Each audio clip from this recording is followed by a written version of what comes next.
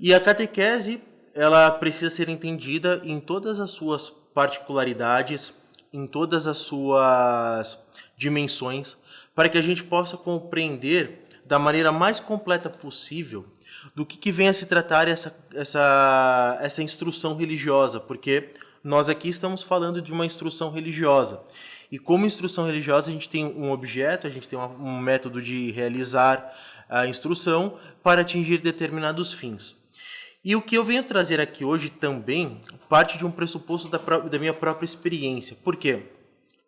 Eu não venho de uma família católica, eu não venho de uma família que tem os fundamentos da fé, todos eles colocados, mas pelo contrário, eu venho de uma família que não teve uma boa instrução religiosa, não teve um bom desenvolvimento das virtudes católicas, no sentido de alcançar a graça, e eu passei por um processo muito grande de conversão.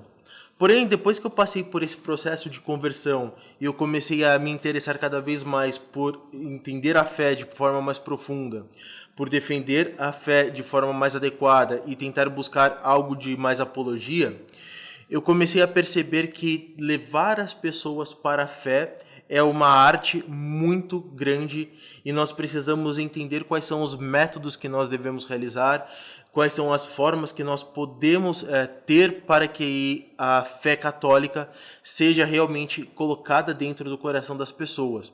E eu vejo isso por muitos exemplos que eu tentei, ao longo desse tempo, pegar para poder evangelizar de uma melhor maneira, para fazer com que as pessoas pudessem entender a fé em toda a sua abrangência.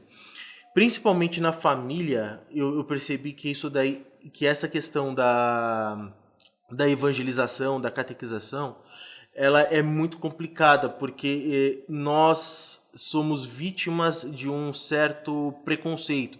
E qual vem esse preconceito na nossa família? Os nossos familiares geralmente conhecem as nossas histórias, conhecem os nossos problemas, conhecem os nossos podres, e assim a gente não tem, entre aspas, a legitimidade necessária que uma pessoa de fora talvez viesse a ter de forma mais contundente. E também é muito difícil você transmitir a fé para as crianças, porque elas têm uma outra forma muito especial de se fazer. Então eu quero trazer algumas experiências aqui também que me ajudaram e estão me ajudando nesse processo com as pessoas mais próximas do meu convívio.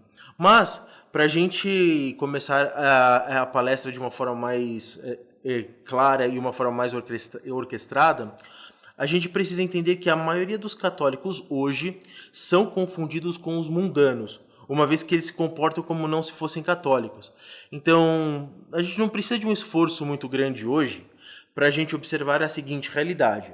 Você vai numa paróquia qualquer, você vai em uma missa, por exemplo, do domingo, uma missa dominical, quando os católicos vão à missa dominical, e a gente pode perceber que muitos deles estão com vestimenta semelhante à praia, outros estão achando que estão no clube, outros piores estão achando que estão numa casa de festas e começam a se comportar de uma forma bastante excêntrica, por assim dizer. Isso no lugar onde deveríamos ter o comportamento mais exemplar e o maior silêncio possível, porque nós estamos diante de Jesus sacramentado. Então a gente percebe que alguma coisa está de errado. Quando nós conversamos com os católicos, em geral, nós percebemos que eles não compreendem a verdade da fé e os dogmas da fé em toda a sua inteireza, e muitos deles, inclusive, nem acham que a igreja tem dogmas, por assim dizer. Eu sou católico, mas eu acho isso, mas eu acredito nisso, mas eu tenho esse tipo de comportamento. Então é muito claro, principalmente num século como o nosso, totalmente hipersexualizado e que tem uma vertente muito firme de apologia ao casamento, ao sexo antes do casamento, às pílulas contraceptivas, a quantidade de filhos que vamos regular ou não, e a gente percebe que muitos católicos eles apresentam esse tipo de ideia. E eu não vou dizer aqui comportamento porque é realmente uma forma mentes. Os católicos hoje eles não conseguem compreender o que é ser católico porque eles não foram instruídos da maneira adequada para ser um bom católico. Isso é um ponto muito importante, uma primeira consideração que deve ser colocada por nós aqui dentro dessa aula, dentro desse tema. O outro ponto importante que eu quero levantar a título de introdução é que o sincretismo religioso é um mal que afeta profundamente os católicos. E aí a gente começa a ver alguns tipos de aberração que acontece dentro do mundo católico, que é o seguinte: tem católicos que vão à missa no domingo, mas na terça-feira, por exemplo, estão indo a uma loja maçônica.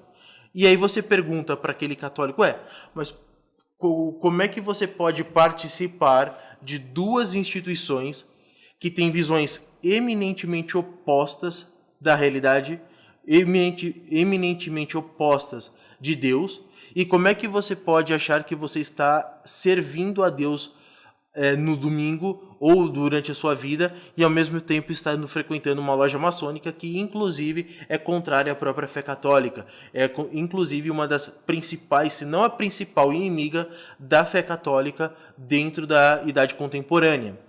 Um outro ponto importante que nós vemos aqui é que tem muitos católicos também que abraçam o espiritismo. Então, esse é um ponto muito importante. Então, nós vemos que muitos dos católicos, eles acabam falando assim, bom, então ele descansou quando uma pessoa realmente morre, ou quem sabe na próxima reencarnação ele venha se tornar uma pessoa melhor, ou que ele não tinha o pecado, porque afinal de contas, Deus, em sua onipotência e na sua bondade infinita, não levaria a questão do pecado dessa forma. Então nós começamos a perceber esse tipo de coisa. E o que é mais grave dentro do espiritismo é simplesmente que o maior sacrifício da humanidade, o sacrifício redentor de nosso Senhor Jesus Cristo, não é considerado por eles em hipótese alguma. Mas tem a pessoa que vai lá aos domingos e está rezando, creio em Deus Pai Todo-Poderoso, Criador do céu e da terra. Então a gente vê uma incongruência aqui, que muitas das vezes não é nem percebida pela pessoa. E a gente acaba gerando um certo desconforto, inclusive na mente delas. Um outro ponto que a gente percebe é que muitos católicos eles aderem ao comunismo. Então fala assim, bom, eu sou católico, mas nosso Senhor Jesus Cristo, como um bom revolucionário, como uma pessoa que queria mudanças sociais ao invés de uma mudança inicial no coração, ele queria acabar com todos aqueles poderes dos fariseus, da religião judaica e estabelecer uma outra ordem social baseada na fraternidade. Então, todos nós somos irmãos. Não importa qual religião você aderiu, você é irmão de nosso Senhor Jesus Cristo. E, portanto, acaba falando que todo mundo é irmão, que existe uma certa igualdade no mundo, e acaba achando que o comunismo está plenamente de acordo com os preceitos filosóficos, metafísicos e teológicos do catolicismo, o que passa a ser um verdadeiro engano.